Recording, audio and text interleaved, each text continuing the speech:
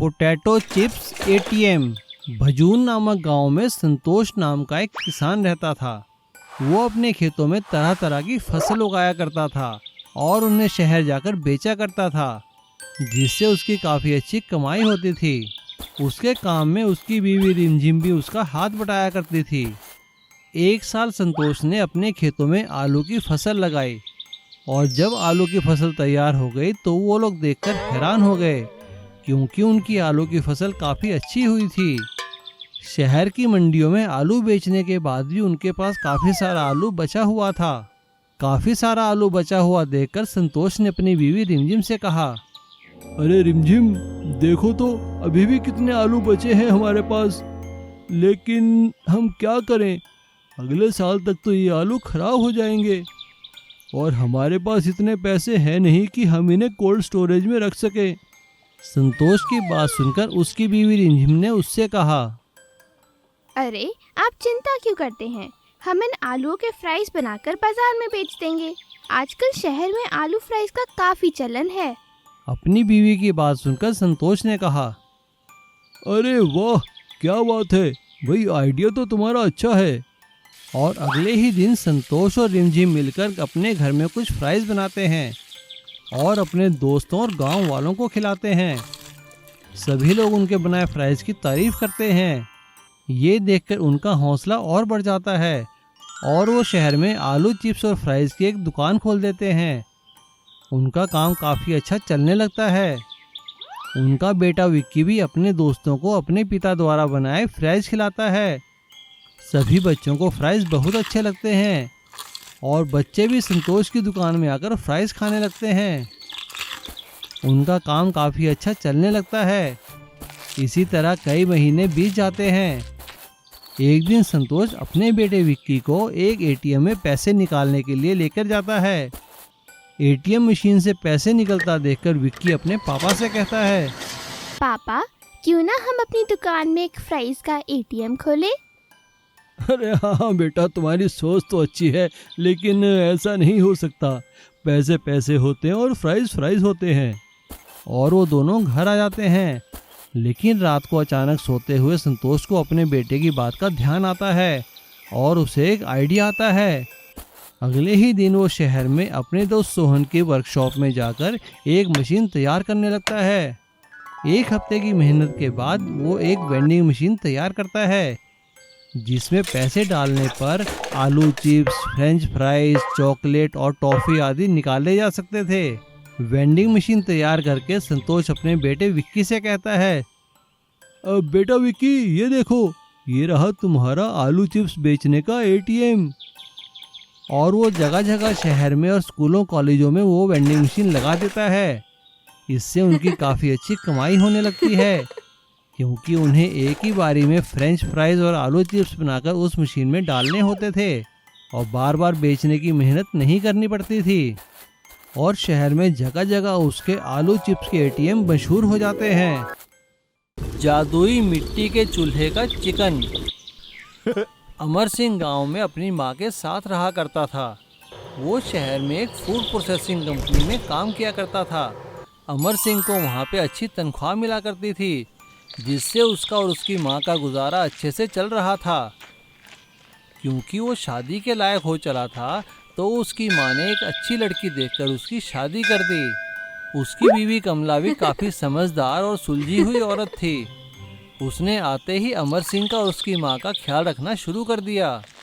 लेकिन उसे ये बात बिल्कुल अच्छी नहीं लगती थी कि अमर सिंह रोज़ सुबह घर से बाहर इतनी दूर शहर पे काम करने जाता है और शाम को थका हारा वापस आता है। वो चाहती थी कि अमर सिंह गांव के ही नज़दीक कोई काम करे, क्योंकि वो माँ को गांव में अकेला छोड़कर शहर नहीं जाना चाहती थी। एक दिन उसने अमर सिंह से कहा, देखो जी, अगर आपको मेरी बात समझ में आए तो ये शहर की नौकरी छोड़ दीजिए। हमारी जो हाईवे पर ज़मीन है, वहीं पर कुछ काम काज शुरू कर सकते हैं। घर के घर में रहेंगे और काम भी बढ़ जाएगा। तुम ठीक कह रही हो। मैं खुद चाहता हूँ कि मैं गांव के नज़दीक कोई अपना काम खोलूँ। कब तक ऐसे नौकरी करता रहूँगा।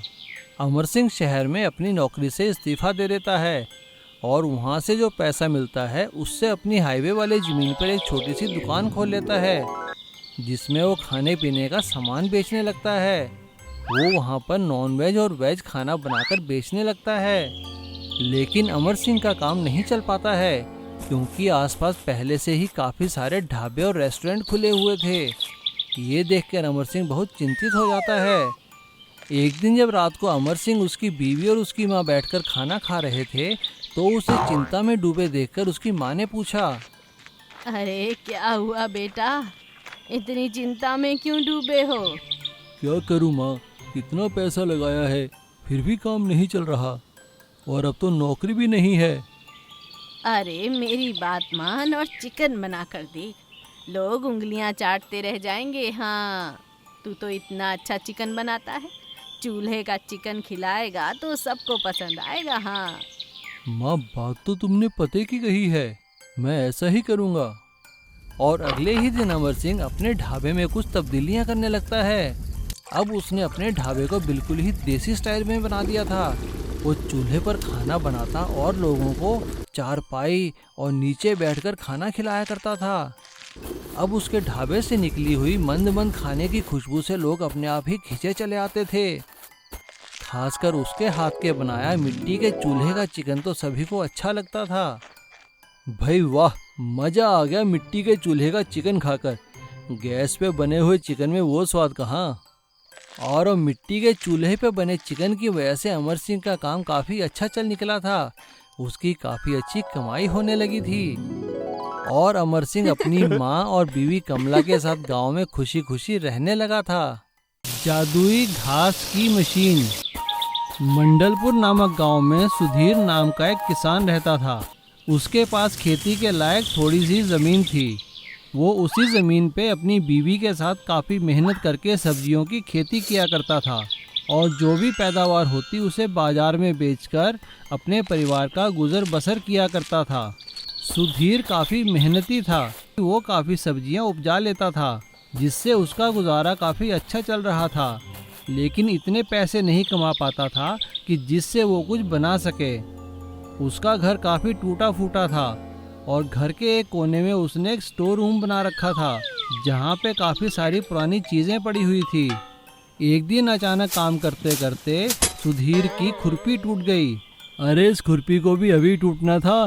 घास निकालने का काम तो जल्दी करना पड़ेगा, वरना ये जंगली घास सारी फसल को खराब कर देगी। चलो स्टोर रूम में जाकर देखता हूँ, शायद वहाँ कोई पुरानी खुरपी पड़ी हो। सुधीर अपने स्टोर रूम में जाता है और वहाँ पर कोई दूसरी खुरपी ढूंढने लगता है। काफ़ी देर ढूंढने के बाद भी उसे कोई खुरपी नज़र नहीं आ रही थी। तभी उसकी नज़र स्टोर रूम में कोने पर एक पुराने कपड़े पर पड़ी। जैसे ही सुधीर ने वो पुराना कपड़ा उठाया तो उसके नीचे उसे एक हरे रंग की घास काटने की मशीन दिखाई दी।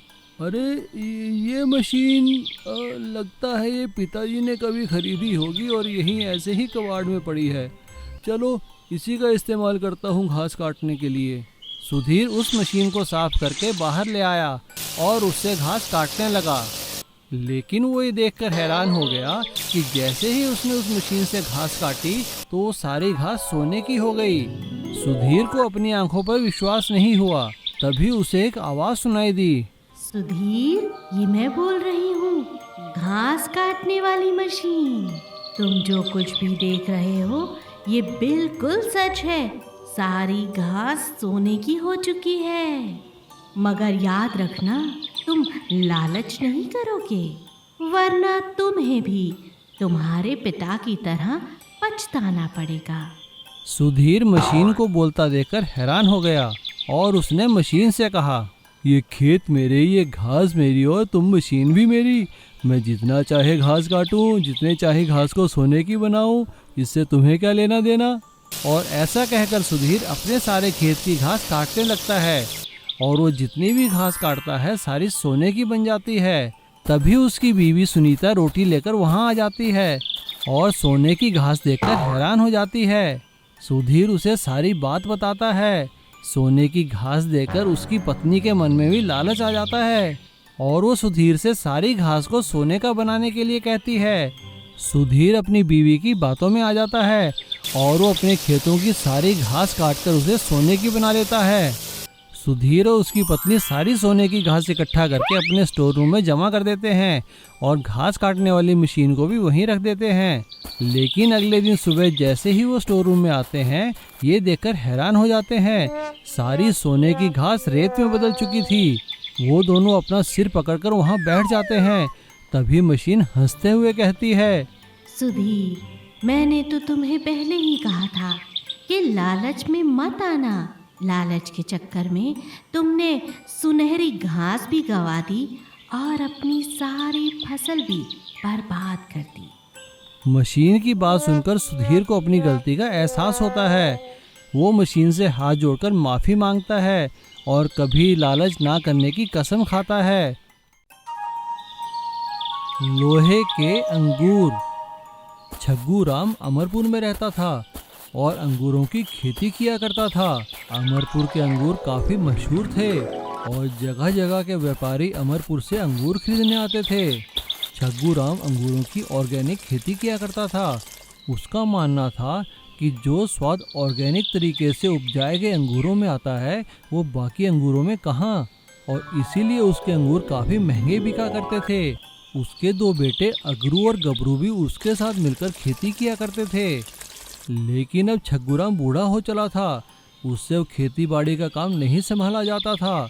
तो उसने एक दिन अपने बेटों से कहा, अरे अगरू गबरू, बेटा मुझसे अब मेहनत नहीं होती है, अब खेती का काम तुम्हें ही संभालना पड़ेगा बेटा। हाँ पिताजी, हम संभाल लेंगे। हाँ पिताजी, आप फिक्र ना करो। लेकिन बेटा ध्यान रखना कि बिल्कुल रासायनिक खादों का इस्तेमाल मत करना। अबरू को तो अपने पिता की तरह ऑर्गेनिक खेती अच्छी लगती थी, लेकिन गबरू बहुत ही लालची किस्म का लड़का था। वो चाहता था कि रासायनिक खादें डालकर अधिक से अधिक खेती की उपज की जाए ताकि अधिक मुनाफा कमाया जा सके। छग्गू राम ने अपने दोनों बेटों को एक बराबर के खेत बांट दिए। आधे हिस्से में तो अबरू अपने पिता की तरह ही ऑर्गेनिक खेती करने लगा, लेकिन गबरू ने अपने हिस्से में रासायनिक खाद डालनी शुरू कर दी और उसने अधिक उपज की लालच में आवश्यकता से ज़्यादा रासायनिक खाद डाल दी थी।